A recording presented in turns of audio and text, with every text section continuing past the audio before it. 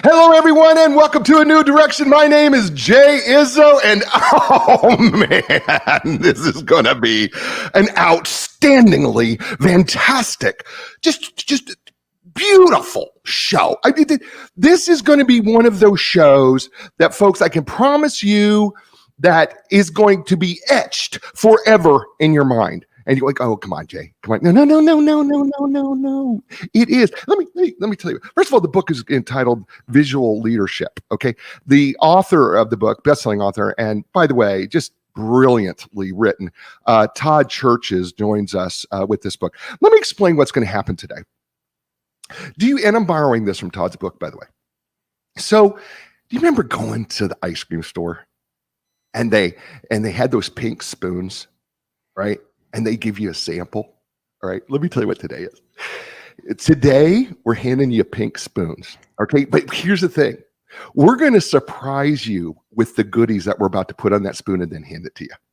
Now, they're all going to be sweet. I promise you, they're all going to be sweet and they're going to be delicious, but you just don't know what's coming. But and here's what's going to happen. Like you go to the store and you had to remind yourself kind of what chocolate is. We know what chocolate is, but you had to taste it again, right? Because you just want to taste chocolate. Well, here's what we're going to do today. Some of the things that Todd's going to talk about, you're going to go, oh yeah, I remember that. That's good. Oh, and that really tasted good. And then some of the things that Todd's going to talk about today, you're going to go, oh, I've never tried that before. That's delicious. That's what's going to happen today.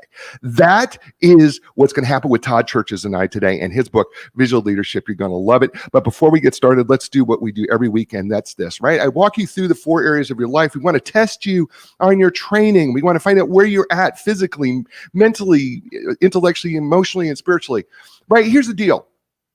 Listen, folks, we are all works in progress, all right? And with that, it means that we have to constantly be training. We've interviewed Special Operations Forces guys in the show and we other military personnel and even in general, right, that in the show. And they all said the same thing. You know what? Here's the deal. If you're not working on yourself every day, we don't stay static. If you're not growing, you're dying, right? So we have to be working on ourselves every day. So physically, what we do on the show is on a scale of 1 to 10, right? 1 being my training is just as awful as it could be, and 10 is it just couldn't get any better. I ask you, for instance, physically, how would you rank yourself on a scale of 1 to 10? And when it comes to eating right, exercise, drinking enough water, getting enough sleep, right? Taking care of yourself in those ways physically, how would you rate yourself? 5 being average. Now look, whatever that number is, that's okay. All right. It's just a place that we want you to start so that you can get to the next level, right? So if you say I'm a 4, that's okay. Let's just get to a 4.5. Right? What could you do right now to get to a 4.5? Maybe it's changing something that you're eating. Maybe you're eating the wrong things. Maybe you're getting to sleep too late. Maybe you're not drinking enough water, just like Todd did just now. Whatever it may be, right? What are you doing you can change right now to make that difference? All right. That's your first number. Second number is the mental intellectual number, right? And the reason why I say that is because, we're right brain, left brain, right? And the thing about right brain, left brain is that, more right brain people are a little more creative, that they focus on the creative things and they're focused on things like, language and words and sounds. And then you have the left brain people who are focused more on numbers and logic and reasoning, right? We want to work both halves of those brains intellectually. You know what a great way to do that is? Read a book. It's a fabulous way to work both halves of your brain. But there's other ways you can do that too. You take up an instrument, take up a foreign language. You know what? But you got to be active and an active participant in your learning, right? Because we've got to be in a constant state of learning. I don't care how old you are, how young you are. The one thing I can promise you you may not be able to go to the gym every day and work out every day, but I could tell you this, you can always be working on your learning intellectually. So on a scale of 1 to 10, how would you rate yourself? All right? That's your second number. Third number is the emotional number. We've had so many guests on here talk about Daniel Goleman and his work on emotional intelligence and emotional quotients. And I have to tell you something. I'm going to make this really simple on you in terms of ranking yourself 1 to 10. Here it is. First one is, how well would you rank yourself when it comes to controlling your emotions when you're under stress and when you're under pressure? That's the first piece. Second piece is, how well are you able to tap into and understand the emotions of other people? These are important concepts, right? Because here's the thing. I mean, and Todd's going to talk about this. Maybe we'll talk about this in the book, but he certainly mentions it in the book. And that is, you know what? If you're going to be a great leader, or if you're just going to be a really good person, can I tell you something? Listening to other people is really, really important. And it's better to be interested than interesting. I know that's Todd talks about that in his book there too. I mean, the truth of the matter is, when we're interested in people, we're listening. When we're trying to be interesting, we stop listening. We stop being, as Todd says, you need to be genuine, you need to be generous. We stop being those two things. And that's incredibly important. All right. So what number would you give yourself emotionally? All right. Fourth number, is the spiritual. And, I know that some of you don't think of yourself as being spiritual. And the fact of the matter is we're all spiritual. Move the physical, mental, and emotional. What do you got left? Well, you got spiritual. But I'll take it a step further. You all have faith out there. You woke up this morning, you drank a cup of coffee, and it wasn't poisonous, was it? You still drank it. You didn't have it tested. You sat in that chair, you didn't have it tested to see if it was going to hold you. When you walked off the curb today to cross the street, and that light said, walk, you trusted it. That's faith. We all walk by faith, folks. And then it comes down to when things go bad in your life, what is the first thing that you run to? And whatever that is, that's your God. And then you have to ask yourself, how's that working? Whether is God or nature or meditation or whatever it is, what gives you a sense of centeredness and peace in the midst of chaos? And is that working for you? Right? And then what do you got to do to change it? Those four numbers, like the air in your tires, right? If the air in your tires is too low, what happens? Yeah, well, it's not great on the car. It veers. It gets the car off balance. It doesn't work right. The whole goal of these things is we want to get ourselves to that right level, right, where those tires roll smoothly, so that our lives roll smoothly, so that we can be smooth, right, in everything that we do, so that we're not veering to the right or to the left or ruining things throughout our life. And speaking of someone who's got his tires all at the right height, his name is Todd Churches. Todd Churches is the CEO and co-founder of Big Blue Gumball, an innovative New York City-based management and leadership consulting, training, and executive coaching firm. They've patented the visual leadership methodology, which we're talking about today, leveraging the power of visual thinking and visual communication to equip, enable, and empower business professionals of all levels. Todd is also the founding partner of the Global Institute for Thought Leadership, which is a member of Marshall Goldsmith's MG 100 Coaches. Todd is also a 3-time award-winning adjunct professor at NYU. In their division of program in business, where he teaches the top-rated graduate course, leadership and team building. He's a specialist in experiential learning and faculty development. He's received the prestigious NYU Excellence in Teaching Award twice. He's also a lecturer on leadership at Columbia University, where he's taught their executive MS, Master of Science in Strategic Communication graduate program. He's a TEDx speaker, which you can find. It's called The Power of Visual Thinking, and contributor to numerous books. Churches is popular as a blogger, keynote speaker, and panelist, as well as a creator of the highly acclaimed Big Blue Gumball Power Dial Model and the Big Blue Gumball Passion Skill Matrix. Ladies and gentlemen, please welcome to the show, and welcome for the first time ever, and hopefully not the last, Todd Churches. Welcome to A New Direction, Todd. Jay, thanks for having me. I already have a page of notes just from your opening. So you put me to work, got me thinking. My wheels are turning. So I think we're off to a great start. Yeah, I kind of wondered it when I was doing this. I was like knowing your book the way I do, I am kind of like going, Todd would be one of those guys who's going to be, because you talk about it in the book that you take notes regularly. And I was like going, oh, he's checking out. He's taking notes. He's thinking through this, because you're a thinker. I mean, the one thing that comes across in this book is that you are a thinker. So let's just dive right in, all right? Because in the introduction, you kind of introduce us to a few terms. And so let's get a few of these terms out in the open for everybody so that they know what they are, right? So let's talk about before we get to visual leadership, let's talk about visual thinking. When you try to define that, what are we defining visual thinking as? Sure. Well, first of all, I just want to commend you and thank you for reading the book. So many podcasts, I've done about 150 podcast interviews since the book came out, and not everyone reads it. So I really appreciate the fact that you took a deep dive, and you already referenced the little pink spoon metaphor. So, visual thinking is about thinking in pictures, right? That's the most, in a nutshell, that's what it's all about. And in a nutshell is a metaphor. We'll be talking about metaphors shortly. So often we think in terms of words and numbers, right? I always talk about facts, figures, and feelings, and it kind of aligns with your, physically, mentally, emotionally, spiritually, right? people are not motivated and inspired by facts and figures. They're motivated by feelings. So as a leader, you need to be thinking about all three of those F's, right? How could you paint a picture with words? How can you create a vision of the future that's different from and better than the current reality? So, and if you think about the parallel in terms of technology, we have Word documents, words, we have Excel spreadsheets, numbers, and we have PowerPoint slides, pictures. When you combine all three, then you're maximizing the best of all possible worlds because you're leveraging different parts of the brain and different ways of thinking.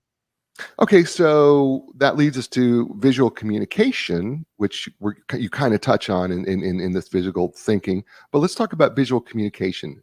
So, because we probably do it, we don't always recognize that we're doing it. But let's give it a little bit more formal definition in what you're talking about when you talk about visual communication. Sure. If visual thinking is thinking in pictures, then visual communication is communicating with pictures, right? And it's not just visual imagery, it's also visual language. And we'll talk more about the 4 different ways of doing it. I break it down to 4 different categories. So when you paint a picture with words, when you create a mental movie in someone's mind, when you're telling a story, hey, Jay, you wouldn't believe what happened to me yesterday. And I start telling you, you're watching that mental movie in your mind while I'm telling it to you, almost as if you're watching it up on the silver screen. So that's what we need to do. As a manager, if you say to an employee, you need to do this and don't do this, they may or may not remember. But if you say to an employee, let me tell you about the worst mistake I ever made when I had your job, don't you think they're going to be on the edge of their seat? Like, I need to hear this. So again, it's the power of pictures, visual imagery, and visual language that helps us to communicate and gets people to see what you're saying. So that's one of my catchphrases is how do you get people to see what you're saying?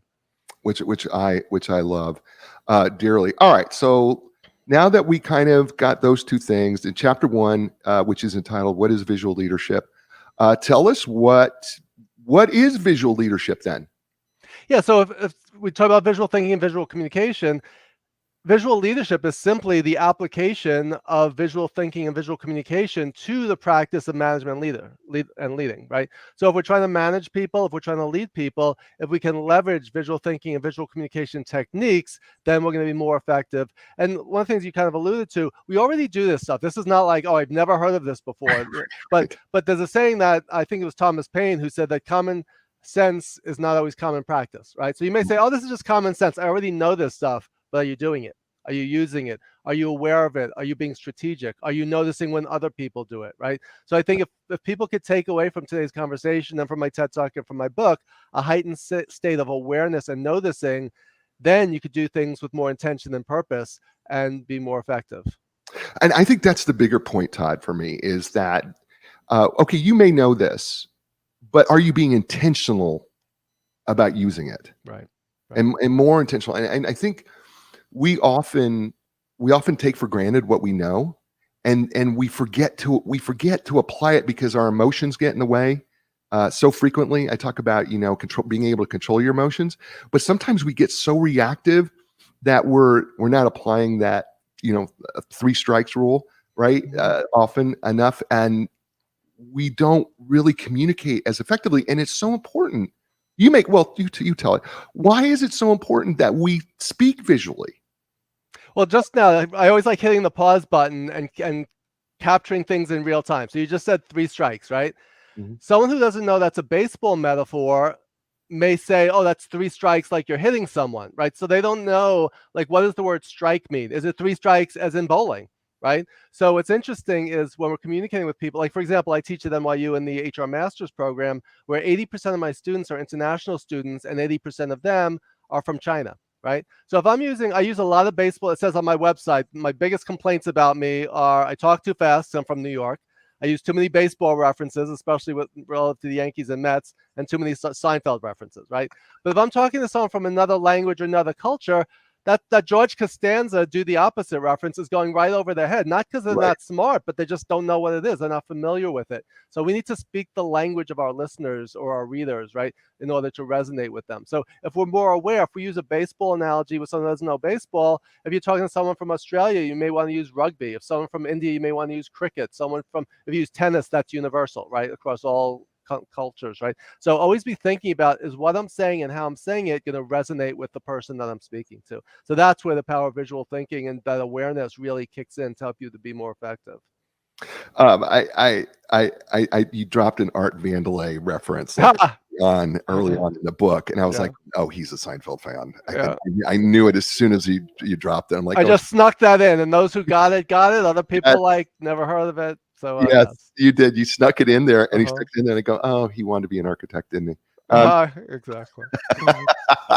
All right. So there are 4 techniques you're going to use in this book. And so let's kind of walk through these 4 techniques that you're going to use. The first one is visual imagery. What is that? Yes, I just want to give the overarching big picture. So I break it down into 4 categories. Category 1 is using visual imagery, which is pictures or visual language. And that includes drawing, that includes, and it also overlaps with the other categories. Category 2 is using mental models and frameworks. Category 3 is using metaphor and analogy. And category 4 is using visual storytelling with bonus points for humor if and when appropriate. So I always like to give the big picture before breaking it down into the subcomponents. So starting with number 1, visual imagery. And again, it could be a metaphor. Like right now, if someone's watching us, they're going to take things differently than if they're just listening to us, right? So we need to communicate. One of the things I talk about is, can you be auditory in your visuality, right? So if I say, Jay, what people are hearing today is just the tip of the iceberg, right? That's a very common metaphor that we use so often. But if you visualize an iceberg in your mind, that represents the fact that only like 5 or 10% of what exists we can see, right? So the tip of the iceberg is what we can see or what we know. The other 80, 90% is beneath the surface. So it's our job to dive beneath the surface. So if someone uses an expression like, oh, that's just the tip of the iceberg, we use it so often, but we don't visualize the iceberg. I picture the iceberg in my mind. So I say, all right, if I only see 10%, what would make it 20% or 30%? I have to dive beneath the surface. So that's just one example. So it's a visual image, and I could draw it. I could show you a picture of it, or it's a metaphor that I'm using just by speaking it, and those who hear it can picture that iceberg in their own mind. So that's just one of a million different examples. I love that. I just, it just was really such a refresher for me. Just to remind myself, I need to be better at and intentional about painting pictures, because you say in chapter 2, which is entitled Why Visuals, there's 2 things. And of course, as a psychological professional, I eat up anything that you give me that's psychology, right? And you did that with 2 things. When you talk about the picture superiority effect and the dual coding theory by psychologist Alan Pavo. So talk to us about why visuals and why those 2 things in particular are so important when it comes to us either using visual imagery or stories or metaphors, etc. Sure. Well, the expression "a picture's worth 1,000 words" goes back to a couple of thousand years, right? To Confucius or Lao Tzu. I'm not sure which one of them said it. But basically, why is a picture worth 1,000 words? Because we could see it. Napoleon said, "A good sketch is better than a long speech." Right. So it's like in all cultures, we know the power and the value of pictures. The picture superiority effect simply says, and if you just Google these terms, you can dive into the science behind it. But it basically says, just as the expression says, pictures are superior to text and numbers, right? If they're battling it out, which one is your mind drawn towards? I talk about this in my TED Talk. 3 words to keep in mind: attention, comprehension, and retention, right?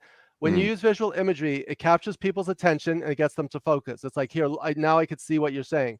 Comprehension, oh, now I understand what you're saying. And retention, oh, now I'm going to remember what you said, right? So when you use visual imagery and visual language, that's why picture superiority effects is the pictures versus text, pictures win. Dual coding theory, and that's dual as in dual as in 2, says that when you use pictures and words in combination, it's more powerful than either on their own. So that's just a good quick summary of what those 2 principles are.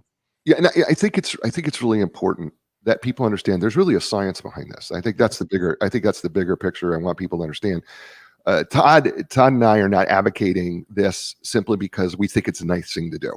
I mean, there is really a science behind using imagery and using visuals to help people to understand, help people to retain information, and also to spark interest. So I just want to mention a couple of real life examples. If someone sent you a LinkedIn invitation and you didn't know them, but there was no headshot, would you link in with them?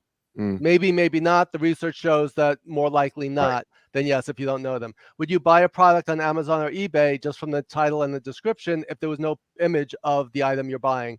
Probably not. Are you more likely to read a blog post that has a visual image accompanying it or one that doesn't? The one that does, right? So there's all kinds of research about that. And the use of black and white versus color, there's all kinds of research that backs up what we're talking about. That's awesome. His name is Todd Churches. The book is entitled Visual Leadership. By the way, it's a heavy book. Yeah. Leveraging the power of visual thinking in leadership and life. And you're listening to him here on A New Direction. Hey, folks, listen, two great sponsors, Epic Physical Therapy. Look, whether you're recovering from injury, surgery, doesn't matter. They're going to design a customized treatment program for you. They work with people like me and you, and they also work with professional athletes. They understand the need to treat the entire body as a functional whole, not just your symptoms or your injury. So when you need your epic relief, your epic recovery, or your epic results, you need to go to epicpt.com. That's EPIC.pt.com.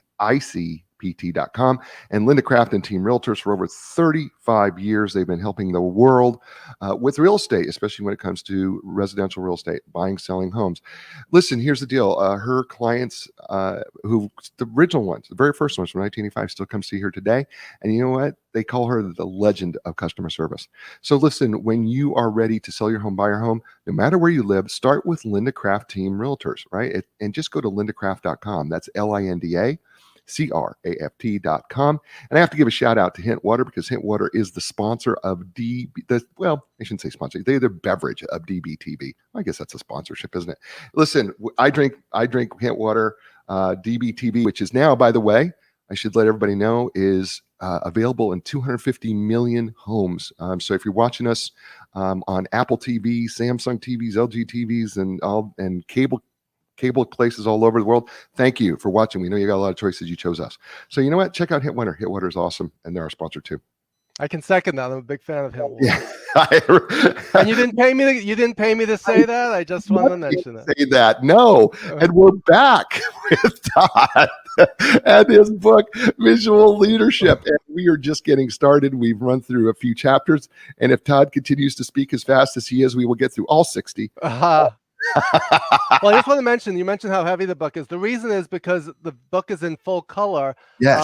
The publisher originally said it needs to be in black and white because the cost of printing was just prohibitive. And I said, how can I do a book on visuals where so many of my models rely on color coding and other? So I had to put my money where my mouth was, and I had to pay out of pocket the cost difference between the color and the black and white. And I'm glad I did, because it really came out beautiful. And the reason it's so heavy is because they had to use double thick glossy paper so that the color, because there's so much color, so it wouldn't bleed through the other side. So when people say, why is your book so heavy? Are you selling it by the pound? I say, no, it's just because of the quality of the paper that we had to use. Yeah, I do. Let me just say something about this, because I said it was 60 chapters. Folks, I don't want you to be scared away because you just heard 60 chapters. These chapters are not long. They're actually real short reads, and you walk through this book. And by the way, because he has put the pictures in color in front of every chapter, it sets you up, already sets your mind up, ready to go, and you start going, oh, I'm thinking about it. Or he's got the graph, or he's got a chart, or he's got something that is going to automatically get your head in the right place right before the chapter, and that is incredibly helpful. So don't be scared away by 60. It's just a really quick read, I promise you. I gotta throw this one in. This is just a personal anecdote, because it's chapter 5. It's called A Love Letter to Horrible Bosses. And everybody has a horrible boss, or has worked for a horrible boss, I should say. So let's talk about flying pens and why this is all part of the Love Letter to Horrible Bosses, and why it's Sure. Yeah, this is one of my most popular stories, and it's 100% true. My students love hearing this story. So one day I was working for a TV network. I'm not going to mention which one, but I was working for a tyrannical, horrible boss.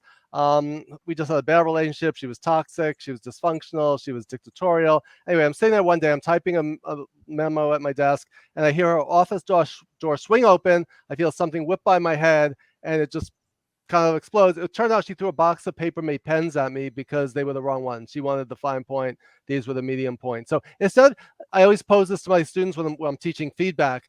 can anyone think of any other way you might have delivered that feedback to your assistant that they ought to do? It's like, I can't think of any other way. You have to assault them with the pens. That's the only way they're going to get the message and never do it again. So anyway, that's the story. She threw it at my head. She said, start screaming at me in front of all my peers. If you can't even order a box of pens, why don't you start looking for another job? It's like, and she had another box of pens in her office. So it's just like, that wasn't about, that was just about, if you've ever had a boss like that, you know what it's like. And a later chapter I call PTBD, Post-Traumatic Boss Disorder. I still have, if I ever see someone coming at me with a box of pens, I immediately duck and take cover. So even all these years later. I was gonna say that it's interesting that you have this chapter in chapter 5, but there's evidently something inside your brain that says, I've revisited this. It was painful. I'm coming back to it again. Clearly, I have post-traumatic boss syndrome, and it just made me giggle because I was like going, okay, well, Todd clearly was affected by this. Yeah, so it was just well done. That saying, I think it was Maya Angelou, people, you may not remember what people say or do, but you remember how they made you feel. Like bosses who made you feel less than or abused or whatever, you don't forget that. And you could I actually confronted her one day and I said, the way we communicate, I said, if we could just figure things out, we'd both be happier. And instead of saying, oh, thank you for coming to me, I'm not going to use the language she used, but she basically said, get back to your desk, quit whining, and if you don't like it, I can replace you tomorrow. So it's like, how do you navigate that? When people say, well, why didn't you just leave? It's like, my dream was to work for a TV network. There I was. And then I just ended up with luck of the draw, Miss Horrible Boss herself. So and she was just one of many, unfortunately. So well, it's a great story. It's a sad story for you, but it makes a great point. And the fact that you brought Maya Angelou up in that, I think, is important about the importance of using the visual imagery and the stories, because they do tick us a little bit. They hit us in that brain area, and not only do they hit us in our forebrain, but they hit us inside, where amygdala is, and they make us react, and which is a beautiful thing about what you're talking about in visual leadership. All right, let's jump to chapter 7. Put the cap on, assessing and enhancing your confidence, assertiveness, and presence. So I gave away cap, but let's talk about it because those 3 things are extraordinarily important, especially as you talk about visual leadership. Explain that. Sure, it's one of my visual models. Basically, if you picture like 3 scales, how would you rate yourself from 1 to 10, or as you use, 0 to 1 to 10, the same scale that you use, in terms of your confidence, your assertiveness, and presence? So when people just say, oh, I'm a 10 in all 3, the trick of this is that's not good. That's too much of a good thing. If you're a 10 in confidence, you may be overconfident. If you're a 10 in assertiveness, you may be aggressive. And if you're a 10 in presence, you may be overbearing. So you really kind of need to decide when you need to dial it up and dial it back. So if you have too little of those 3 things, you may underperform, or you may not speak up and speak out. But if you have too much, it could backfire on you. So you always want to think about, do I need to be a 7 or an 8 here? And you can be very confident. You could be a 9 in confidence in one situation and less in another. Like, for years, I always say, even though I talk loud and fast, 'cause I'm from New York, I'm an extreme introvert. I always say I'm a 3 Bs kind of guy, a back of the room, behind the scenes bookworm by nature. So I never spoke publicly until I took a public speaking course when I was in my late 30s, almost 40. So, and now I do it for a living. I've done a TED Talk. I teach at NYU in Columbia. So my students always think, oh, you must have always been this confident. You must have always been this poised speaking in front of people. And I said, it's the farthest thing from the truth. I learned to do it. I tell the story in one of the chapters where I was thrown into a situation where I had to speak. And I turned out, I wasn't as bad as I thought, and I didn't hate it as much as I expected to. And I was like, you know what? And that kind of like launched my public speaking career. So, but yeah, when I went to do my TED Talk, my confidence went down from like an 8 or 9 to like a 4, because with a TEDx, we magnify something like that because you're on that red carpet in front of that TEDx sign. It's like, so it's all in our head, right? These numbers we give ourselves, they're all in our head, and it's up to us to calibrate and get ourselves up to that number we need to be happy and successful. And in this chapter, you have what you call the 3 Bs, and I just found them awesome because it relates so much to CAP, confidence, assertiveness, presence. So let's talk about visibility, voice, and value, and how that plays a part in your CAP. Yeah, I talk about this all the time. 3 Vs, visibility, voice, and value, has to do with, are you seen and how are you seen?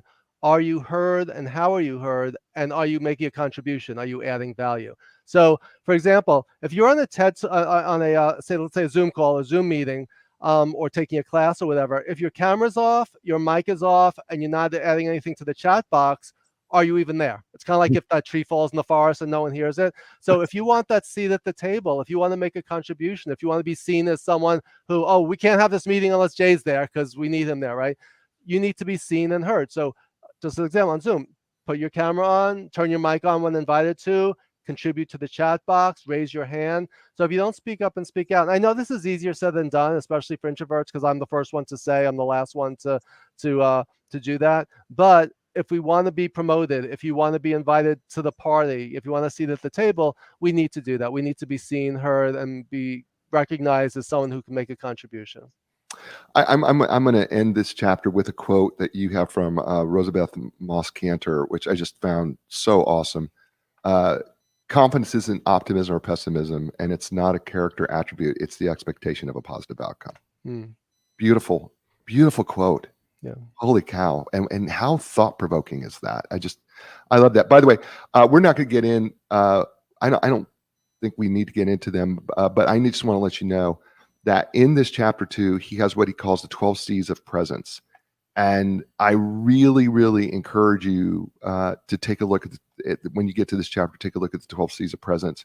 And because they are really, really something that you need to think about for yourself. And I know that's a teaser, but you got to get the book to do that. So we're gonna and also about that, some people say, oh, you either have presence or you don't, like charisma as an example. All of these 12 things are developable. If you work on them, if you boost your confidence, these are all things you can get better at. So it's not, oh, I have it or I don't. Just like power. To quote another author, Alice Walker, said regarding power, and I mentioned I have a power diamond in the book. She said that the way most people give up their power is by thinking they don't have any. And we have a lot more power than we think if we could leverage the different sources of power. Same thing with our presence. If we leverage these things, and you have to have all 12, just work on one at a time. I think you'd agree, like with any development, start small, one step at a time, and measure yourself against your own yardstick. Don't try to be, I want to be like Jay or I want to be like Todd. Be the next best version of you. And I think that's how you'll see progress. Yeah, I so agree with you. What I loved about these 12 C's that you brought up here is you actually say you don't have to have them all. Just pick the ones that matter to you most, focus on those first, and then start working on the others. But I think it's so important for authenticity's sake. And I'm a big, believer that we need to be authentically who we are, because if we try to be Todd or we try to be Jay, what you are is you're a copy. And I say this often to my coaching clients. I say, listen, don't try to be Steve Jobs, or whoever you want to be part of. I said, because, you could have the best picture of the Mona Lisa. Can I tell you what it's worth?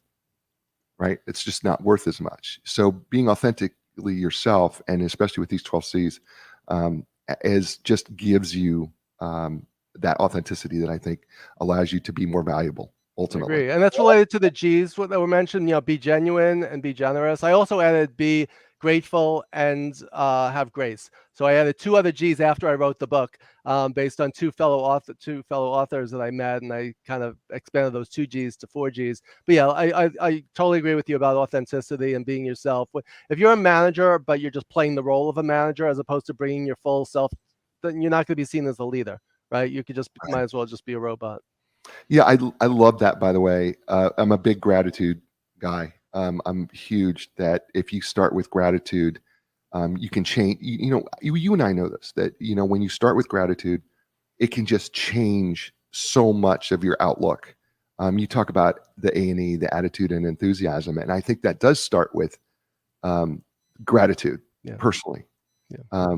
And then grace is huge, right? I mean, I'm giving you a gift that you don't necessarily deserve, but I'm going to give it to you anyway. Yeah. My friend John Baldoni, who's in the MG 100 coaches with me, he wrote a book called Grace, and Chester Elton and Adrian Gostick wrote a book called Leading with Gratitude. So by meeting them and reading their books, that's when I said, I need to add their 2 G's to my 2 G's, and so now it's a 4G network. There is another piece in this chapter 7 that I thought was, and it's because you quote one of my favorite psychological heroes, William James, and the subtitle is called "Act as If." Talk about act as if in terms of confidence. Yeah, if you want equality, act as if you already have it. That's the William James quote. And yeah, I mean, where I use this example, I play on a couple of softball teams in Central Park in New York. And if I get up to the plate having struck out the previous time, like trying not to strike out again, I'm not going to be successful. But if I act as if I'm Aaron Judge or the best player on the field, we need to psych ourselves up. So Amy Cuddy did a TED talk called the power pose. We need to kind of like pump ourselves up both physically and psychologically. But I think so much of what we do is mental. We really have to psych ourselves up, like you talked about with emotional intelligence. And we need to kind of almost in some ways not manipulate ourselves, but trick ourselves. And if you start to believe you're good at what you do, you'll get better. And this relates to my model of the passion skill matrix. If you get good at something, you start to have more confidence and you start to take more risks and try things, and it starts to turn this big flywheel, right? If you start with negativity and that journey of 1,000 miles begins with a single step, you're not even going to take that first step. I always say it's so much harder to go from 0 to 1 than to go from 1 to 2 and 2 to 3. So if you can get from 0 to 1, whatever it takes, then you're off and running. I'm going to jump ahead to chapter 11 here, which is called the 5 types of feedback. And I love this chapter so much. And the reason why I did was because I think when it comes to feedback, we are not as good about it as we think we are. Or we have the expectation, I don't need to give you feedback, you should know what you're doing. It could be, I think sometimes there's a spectrum there. One of the things that you talk about, and I kind of alluded to it, I gave it the wrong term. I call it the 3-strike rule. You call it the rule of 3 when it comes to giving feedback. When someone slips up, it's good to keep in mind the rule of 3. Talk about the rule of 3. Yeah, so often someone does something or it's an aberration and we hit them over the head, right? We just say, I can't believe you did that, blah, blah, blah. It happened. Like life happens. It could be for a million different reasons. Let it go. You have to decide. We're not saying if it's a safety issue, if it is a integrity violation. Those are things that you don't let go. But if someone messes up, if they're aware of it, they acknowledge it. I'm sorry, I screwed up. You let it go. The second time, you keep an eye on it and say, all right, is this a trend or pattern, or is this just a second time? The third time, it's like, all right, now we have a trend or pattern. That needs to be addressed. Let's talk about it. Let's figure out how to fix it. So that's the thing. Don't jump to assumptions or conclusions or just overreact the first time something happens. So to give someone feedback, it should be a conversation anyway. It's not like yelling at someone. It's like, I can't believe you did that. It's just, let's keep an eye on it and let's talk about it. You talk about the 5 types of feedback in this chapter, and highlighting, reinforcing, developmental, and corrective and disciplinary. But there was something in this chapter beyond, once you went beyond that, which the disciplinary one is, by the way, is we need to talk. But words like always and never that we have a tendency to use on people. We got to stop that. Right? I mean, my wife has, and you bring this out, this is what my wife says. Always and never are only in the dictionary, not in real life. Right? And it's never good feedback to use those type of words, right? But where we group, everything that you did, this is how you always do it. And that's just so problematic, and you make a big deal about it, and I just am really grateful for that. I'm going to take this chapter here, and I'm going to jump it though to something that has a lot of controversy, and it's chapter 15, which I think it follows this really, really well. It's entitled "In Defense of the Feedback Sandwich." So describe the controversy, and then give your fight back on this. If you know Adam Grant, I've been debating with him about the feedback sandwich for many, many years. I think I finally got him to budge a little bit, because he called it the BS sandwich or the crap sandwich. Here's the thing with the feedback sandwich. In a nutshell, the feedback sandwich is start with the positive, deliver the meat of the message, end on a positive. If it is sugarcoating, it's, Jay, I love your new shirt. You look great today. By the way, you're the worst employee I've ever had in my entire life. You're fired. But you know what? When you get a new job, keep in touch. Give me a call. Let's have lunch. Right? I just use the feedback sandwich. Right? Not the way it's meant to be. Right? It should be. Jay, I really appreciate the effort you put in. You really did your homework. One of the things I noticed is this went wrong, or this was a problem. Let's talk about it. Hey, Jay, great conversation. Let's talk about what you're going to do differently next time. I know you could do it. I'll see you next week, right? I just sandwich the constructive feedback, and it's not positive, negative, positive. The meat of the message could be, it was good, but here's how it could be even better, right? It could be good to great. So I think that's the thing. When people bash the feedback sandwich, which is why I titled this chapter in defense of it, because let's say I clear the table and put all the dishes in the sink. If my wife says to me, why do you always leave the dishes in the sink? Not that she would do that, but how likely am I going to be to clear the table next time? Not very, right? If she said, thank you so much for clearing the table, if you could put the dishes directly from the sink into the dishwasher, that would really help a lot. Love you, right?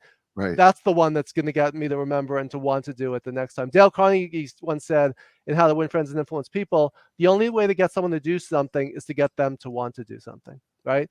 And we do that through love and compassion and empathy and delivering a message in a positive and constructive way. Bashing someone just makes them defensive and makes them less likely rather than more likely to do it right the next time. My wife uses a technique with me, not focusing on me, but focusing on my behavior. So if it comes to dishes, use the example of dishes in a sink, she won't say to you, how could you be so stupid not to get, how hard is it to get the dishes from the dishes to the sink to the dishwasher? Instead, she will say, honey, help me understand the behavior of the difficulty of the dishes in the sink and the getting them to the dishwasher. I don't understand. I am lost at that moment because it's on my behavior, right? It's the focus on the behavior. I think that's part. Now, I think it's part of it. She does kind of sandwich it a little bit, right? Because she says, I love you, but I need you to help me understand something here. About your behavior, right? Okay, here's the meat of the message, right? That we got to the lettuce, we transitioned. Here's the meat of the message, and then I love you. I just need to help you understand it. Okay. It's like, help me, Jerry Maguire, right? Help me help you, right? What can I do? Like as a manager, if you say to an employee who screwed up, let's say there's someone screwed up a presentation, you could say, hey, you screwed up the presentation. Or you could say, how can I help you to be more effective in delivering your presentation next time? Do you need training, coaching? You want me to practice with you? What could we do? And using the word we as inclusive as opposed to you, what could we do to get you from where you are to where I think you can be, right? So if you frame it, it's all reframing, which is a metaphor, right? Right. And real life example. I mean, my wife bought a painting. I didn't love it. She got a new frame for it, and I really loved it, right? She changed the frame. It changed the whole look and feel of something. So if you can reframe something in the way that it's more, with using the feedback sandwich, more digestible to the person you're giving the feedback to, they are more likely to go along with it and to improve rather than be defensive. Because I always say I'm totally open to feedback. I love getting feedback when it's positive and complimentary, right? But if it's slightly critical, I tend to get defensive. So I have to remember it's coming from love and caring and not, intended to, my wife always says, we're on the same team. I'm on your team, right? So that just makes it a lot easier to take it. There's nothing critical about this book. You're listening to, it's called Visual Leadership, Leveraging the Power of Visual Thinking in Leadership and Life. You're listening to Todd Cherches, best-selling author right here on A New Direction. Hey, folks, Epic Physical Therapy, my physical therapist, I think they should be yours too. Listen, they offer some of the top-of-the-line equipment like the Ultra G anti-gravity treadmill, the Normatec compression sleeves, my favorite, the Game Ready ice and compression all in one. Listen, they are certified and trained in the most comprehensive cutting edge treatments like blood flow restriction therapy, dry needling, cupping, and that's just a few. Listen, when you're ready for your epic relief, your epic recovery, your epic results, don't look any further. Go to epicpt.com. That's EPICPT.com. Linda Craft and Team Realtors, listen, for more than 35 years, they are helping you. That's what they want to help you, right? Whether it's learning about selling a home or buying a home, they have all the resources available to you to help you find the right experts, regardless of what you're trying to do with your home, right? So listen, when you're ready to sell your home or buy your home, start with the experts. Start with the people in the know. Start with Linda Craft and Team Realtors. You can learn more by going to lindacraft.com. That's LINDACRAFT.com. And we're back here on A New Direction with my friend Todd Churches. His book, Visual Leadership, absolutely outstanding. I just really cannot recommend it enough. It really is just so good. It's really just a great, enlightening read. I have completely dog-eared this book and marked it all up, which he asks you to do. So I did that according to his instructions. All right, chapter 14, the hierarchy of fellowship and of followership. And you ask a question here, and I had to do this because I want the audience to ask this question to themselves. Is it more important to be liked, admired, respected, or trusted? And you take a deep dive into this, right? And I want to kind of maybe debate you a little bit on this a little. Because you put a little focus on trust, right? And I agree, trust is really, really important. But I don't know that I can get to trust if I'm not likable, is the debate that I kind of want to have with you, because I believe there's this know, like, and trust thing that works hand in hand, that I don't give my money to people I don't know. I don't give my money to people I don't trust. I don't trust people I don't like, and I don't like people I don't know. Mm-hmm. So I guess I want to kind of throw that at you and go, okay, we'll come back, Todd. How do you respond to that? Yeah, one of the things I love about any model is you could debate them all, you could reframe them, you could add another level. If something's 4 levels, you can say, oh, you're missing a piece. So, but I always say, don't throw out a whole thing if you disagree. So I love that. Here's the thing. Sometimes a manager will try so hard to be liked that they make decisions for the wrong reasons, and then people don't respect or trust them, right? So I think that's the most important thing. Like, if I trust your judgment, you may make a decision that I don't like or I don't like you for, but if I trust that and respect that you did it for the right reasons, out of integrity, and you really think it's the best, not out of your own self-interest, but I will trust and I'll go along with your decision, even if I may not like you for it, right? So, and then also, you don't have to love your manager and like go out for a beer with them or say we're best friends in order to respect and trust them that they're making the right decisions. You can trust their intelligence, their judgment, their integrity. So I think that's where and you know what this relates to, when you talk about faith, which is belief without evidence, right? Faith has to do with trust. It has to do with truth, which have similar word roots. Confidence is with fidelity. If you break down, con is with FID is fidelity. So if you have confidence, you have faith in the absence of evidence, right? You have confidence in your belief in yourself, right? So there's a lot of relationships here between trust, faith that you were talking about earlier, and really believing in yourself and integrity and everything else. So we could debate this, but I think that's the key point here, is that in an ideal world, you would like, admire, respect, and trust people, but sometimes you can't have all 4, and sometimes they could actually be at odds with one another. Yeah, I it's kind of interesting because, as you're talking, I'm thinking about, okay, from a leadership standpoint, right? If you're a leader, right, of course you want to trust your leaders ultimately, right? Do I have to like you to trust my leaders? And then I started thinking about, but from a sales standpoint, if you want me to buy something, I think I've got to like you, right? I think if you're, before I can trust you, but I think from a leadership standpoint, I don't necessarily have to like you if I could trust what you say, and if I could trust what you do. I could see that. But if we really like, when we were looking at cars, we really like one of the salespeople, but we didn't trust his knowledge. We didn't trust that he was guiding us in a way that was in our best interest rather than his. So we really liked this person. We thought he was nice, friendly, jovial, good person, but we didn't have confidence in him, and we ended up buying it from someone else who we didn't love, but gave us a better deal. But we trusted that everything he said was in writing and that they would live up to it. So that was just one real life example of that. So again, I think that with all of these things, I think it's just awareness. What's interesting, there's a saying by, the guy's name is actually George Box. He was a British philosopher. He said that all models are wrong, but some are useful.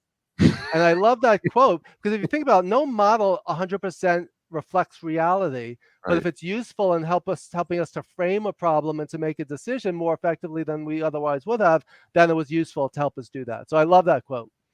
Well, I think the one thing that it did, and I hope that people heard this little example, is what it did is made me think a little deeper about it. And I think, isn't that really what this is supposed to be about, right? It's helping us think a little bit deeper, not just taking everything at the surface level, going a little bit deeper with it and thinking through it. And that was the reason why we wanted to have this little bit of I don't know if it was much of a debate, but we kind of. No, it was good conversation. I love when people push back and challenge, because it challenges my thinking. And sometimes I'll say, hey, you're right, I hadn't thought about it, or I hadn't thought about it that way. And there's no one right answer or one right solution to anything. So I love hearing multiple perspectives on things. Yeah. It was one of those things I had marked in my notes here. I was like going, oh yeah, I got to go. One of the things I talk about, and it's not a concept that's in the book, I came up with it after the book. I said, oh, I wish I'd come up with it before. But, at some point you have to be done with the book and say, I'm done, right? So otherwise, if it's done, nothing's ever 100% finished. But the cover of the book is a rainbow colored eye, right? You've shown it before. The rainbow represents the fact that I originally had a blue eye because my company is Big Blue Gumball, but I changed it to a rainbow eye because just as no one in the world has this rainbow colored eye, no one in the world sees the world exactly through the same lens that you do. For example, my father and my uncle were twins, so genetically similar, identical, grew up in the same household, but they viewed the world through a different lens. So one, it reminds us of the fact that we all have rainbow colored eyes and we look at things through different ways. I call the one concept flipping the eye. We need to turn the eye on ourselves as a mirror and look internally at our biases, assumptions, belief systems, and realizing that other people see things differently. Can we flip the eye and see things from the lens of others? So if I'm trying to see the world through the lens of Jay, how do you see it? I need to know more about you, what your assumptions are, what your interests are, what your passions are, so I could try this, what your background is. We had a little chat earlier about our backgrounds. And so if you can see the world through the lens of others, you can reach compromise, you can see things from multiple perspectives. So in the world of diversity, equity, inclusion, and belonging, we need to see things from as many different perspectives as we can. And the rainbow also represents all the colors of the crayon box, right? We need to paint the world. So I love this metaphor. Sometimes as leaders, we look through a telescope out into the future in the distance. Sometimes a microscope, we need to look down into the details. But sometimes, when was the last time you looked at the world through a kaleidoscope and seen all the different colors and possibilities that are out there? Right. Oh, that's beautiful. That's beautiful. You know what? Yeah, there's going to be a bonus chapter in the next printing. I can see that. I can see that coming. I think so. I can see that coming. Section 3, which is entitled "Leading with Visual Metaphors," and you have one that we talk about all the time, a particular metaphor called the elephant in the room. But you have a solution to it when it comes to elephant in the room. So describe it for those people, because it's a worldwide show. They may not understand the elephant in the room. So help them understand the elephant in the room, and then what you do to kind of help us understand how to, deal with it. Yeah, the metaphor of the elephant in the room represents the fact that there's something big taking up space that no one's talking about, right? That's what the metaphor represents. And in this real life example, imagine this happening to you. I was brought in by a client to deliver a leadership training program. And the day before, if not that morning, I think, they announced that the company was acquired and like half the people's jobs were going to be eliminated. And the company was moving to Kansas City from New York. How do you go and deliver a training program when people just got this news, right? So we moved full steam ahead with the training, but everyone was so distracted. We had to put the manual, shut off the slides, put the manual aside and say, hey, there's this elephant in the room. This thing just happened. And what we did was we reframed it saying, you know what, even if you are one of the people getting let go, the leadership training we're doing now is going to make you more marketable and more effective than before. So you may not be here, but by reframing it and repositioning it as you're going to need this anyway, and maybe even more now than you did before this news, let's focus on the training. And that's what helped to so if we didn't address that elephant in the room, it would have just been there taking up space and distracting everyone. By addressing it and shining a light on it, we were able to move forward. So it doesn't always solve a problem, but it shows that you're noticing it and acknowledging its existence. So you're not pretending, because you talked about authenticity earlier. It's not authentic to pretend that something big in our way is not there as a barrier or obstacle or challenge. So we're up against it a little bit here, but I want to get into section 4, leading with visual stories. Why stories? So I'm trying to pick which one of these stories that I want to do, and I'm wondering if it's the story for me that just spoke to me about you was chapter 44, how to regain your confidence and recapture your mojo after a setback.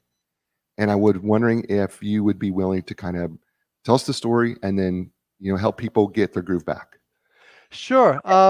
Stories have beginnings, middles, and ends, victims, villains, and heroes. And my story was I was working at a job I loved for 3 years, and then my boss walked in one day, and I love my boss, we're still great friends. He said, they're cutting, we're having cutbacks, and your job has been eliminated. So it's 10 in the morning. I'm looking at my watch. I'm like, now what do I do with my day and my life, right? And I said, I didn't want to call my wife. So it's how do I accept this reality? I was working in Midtown Manhattan. I just started wandering aimlessly up Broadway. They said you could pick up your box of stuff some other time. So I was just walking up Broadway, and I was passing the Museum of Natural History. And I went in, and I just wandered around Asia and Africa and different countries. I saw the big whale hanging from the ceiling and all the dinosaurs. It just helped me to put things in perspective. I said, you know what? This is the end of one chapter. Love this job, love this boss, love this company. It's time to move on. So just as the dinosaurs went extinct, I said, I'm not going extinct. I need to reevaluate and reinvent myself. And I ended up not getting another job. I ended up starting my own company, and the rest is history. So that's my story of sometimes when we're dealing with adversity, instead of trying to fix it right then and there, give yourself some breathing room, some space. It's not if it happens, it's when it happens, because it's going to happen to all of us. Talk to people. Then by the time I got home and talked to my wife, I was in a better frame of mind. I wasn't as depressed, and I kind of had a fresh outlook and perspective. So that's the short version of that story. You've been amazing, and we've been on an hour. Thank you so much. Tell people how they can get hold of you. Sure. Just go to my name, toddchurches.com. You can see my TED Talk, learn more about my book, find out the three biggest complaints about me that I mentioned earlier, and also link in with me. Just say you saw me on Jay Izzo's show and connect with me on LinkedIn, and I'm happy to continue the conversation there. Awesome. Folks, that's the show, right? And he was awesome, wasn't it? And I hope he painted a picture for you in your mind as he did for me in this entire book called Visual Leadership. Listen, I tell you that there are three things that you're in control of, and that is your attitude, your effort, and your resilience. Folks, the truth of the matter is I know your circumstances may be tough, but you can control your attitude. You are in control of your attitude at all times. You're in control of how excellent you're going to be at any given time. And I know you've been knocked down, but you can get back up. It just is up to you, and you can do it. I'm going to be back next week with another great guest. It's going to be another great book. It's going to be another great show. And as I say to you all over the world, and you know what that is, thank you and ciao, everybody.